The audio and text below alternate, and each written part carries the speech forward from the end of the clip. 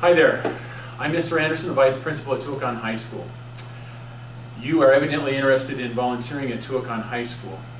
We are very pleased that you would share some of your valuable time as a volunteer for our school.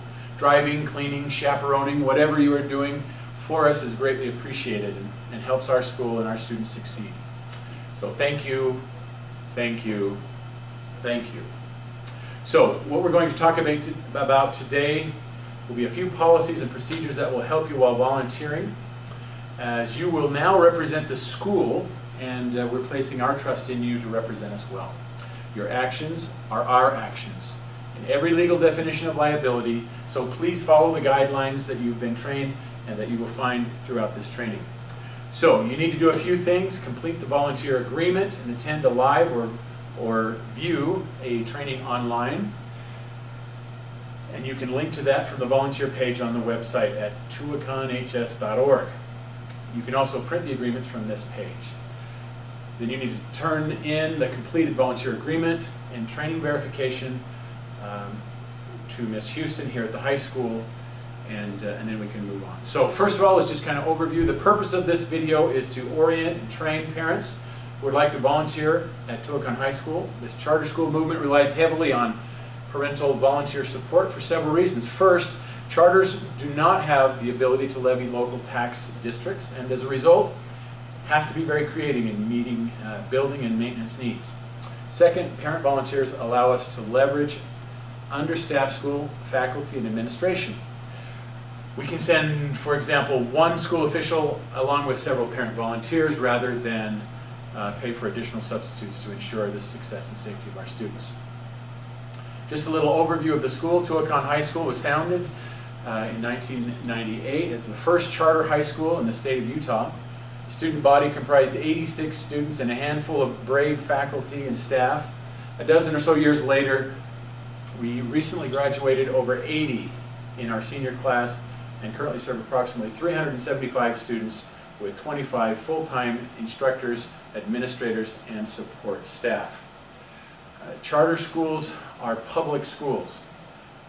We are funded through tax revenue from the general fund from Salt Lake City, but do not have access to property tax funds in the local county where we reside.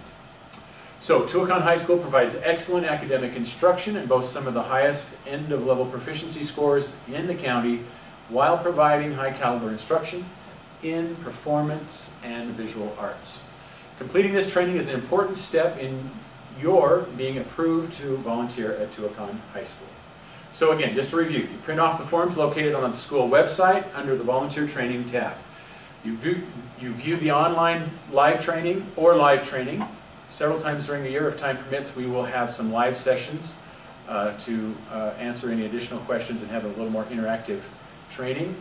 Then you mail or return the applications and verification of training forms to the school for consideration. A background check will be conducted by the high school at no expense to you. Background checks will be repeated every 3 years, and successful candidates will have their names posted on the approved volunteer list on the website. So that's how you will be notified if you've successfully completed the background check and the training, as your name will appear on the approved volunteer list. Okay, so before we get underway with the rest of the training, we need to make you familiar with the school properties, the facilities, and some of the locations that will be important for you to know. First of all, we start with the parking lot. The parking lot, as you can see, is designed to accommodate the needs of the professional theater and far exceeds our needs at the school. But we do want to keep student parking in the lower tiers on the west side of the parking lot.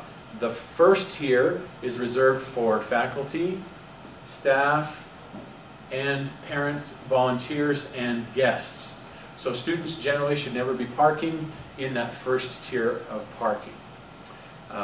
We also have to be aware that from time to time there is a concert on the professional theater side, or when the show season is going, that's the valet parking. So after hours parking for our use is also restricted from that first tier, as it's the valet parking for the professional theater. Again, we have instituted a new pickup and drop-off policy here at Tuacahn. You can see those instructions are available on the website. essentially just trying to keep as much of the vehicle traffic away from where students are walking to and from the parking lot and to and from the modular units. We come into the school then. You'll first encounter the main office. The main office, you'll see there are 2 windows. The office is always locked and secured. There will be 2 opportunities for you to interact with our staff there. And so much of what you need to do in terms of checking out your students, participating with information that will need to get to counselors, etc., as you're involved as a volunteer, will happen here in the main office of the school. Located inside the main office is the workroom. The workroom is where the copy machines are housed. First aid supplies, general supplies are found inside the workroom. Again, students are often available to help make copies in preparation for events, so most of the time you won't need to go in there. The faculty advisor for your activity that you're volunteering for would typically be the lead person who would be involved in coming into the office. The conference room is located next to the workroom. Here you will probably participate in some booster club meetings. Other volunteer meetings are held usually here in the conference room, and so you need to be aware of its location. If you leave the office and move out into the atrium, it's kind of the center of the school. You will have access to the Hafen Theater. You can also go down the hall to the Black Box, which is an instructional space that's also used as a classroom and performance space. So the Black Box is on the main level, and the additional performance space and rehearsal space is the dance studio, which is located upstairs, and as you see the beautiful surrounding that has there in the dance studio. Back down on the lower level, off of the atrium, you will also find the library and computer labs. Occasionally, that will be a place you will interact because of our after-school student tutorial program that runs from 3 to 6 p.m. You may be aware that you have a faculty supervisor who is there in the after-school study hall, as well as you may be looking for students that are part of your event there.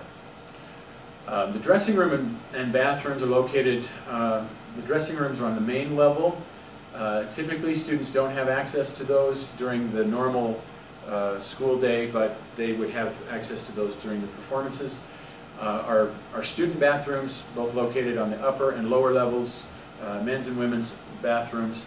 There are also a number of other bathrooms located off of the plaza, and during our lunch time, students do have access to those additional lunch or those additional restroom facilities that are traditionally part of the professional theater.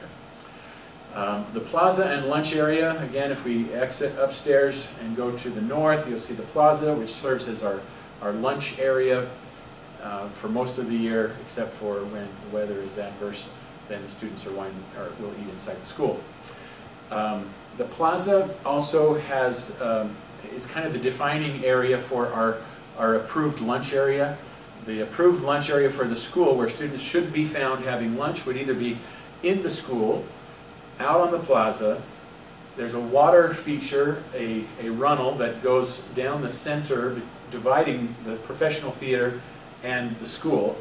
That would be the eastern border, and then in front of the school, but not around the school to the west, is where students should be found having lunch. Basically, if you're standing on the plaza, you ought to be able to, without too much difficulty, be able to see students who are eating outside.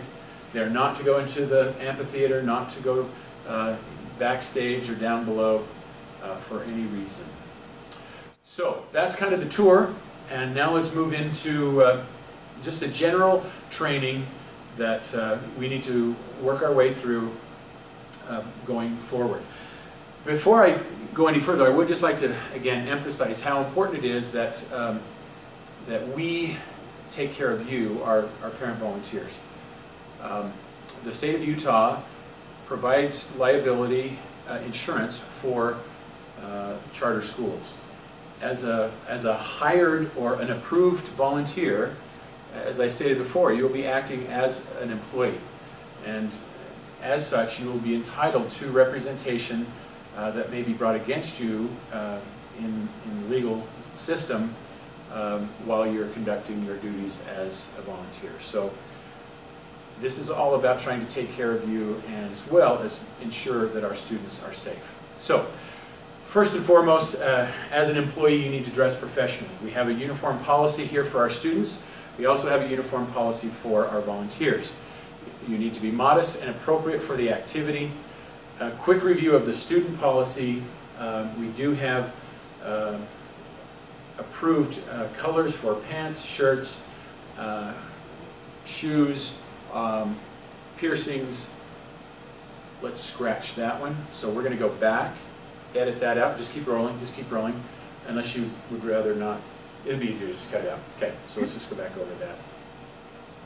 So let's talk about dressing professionally as a volunteer.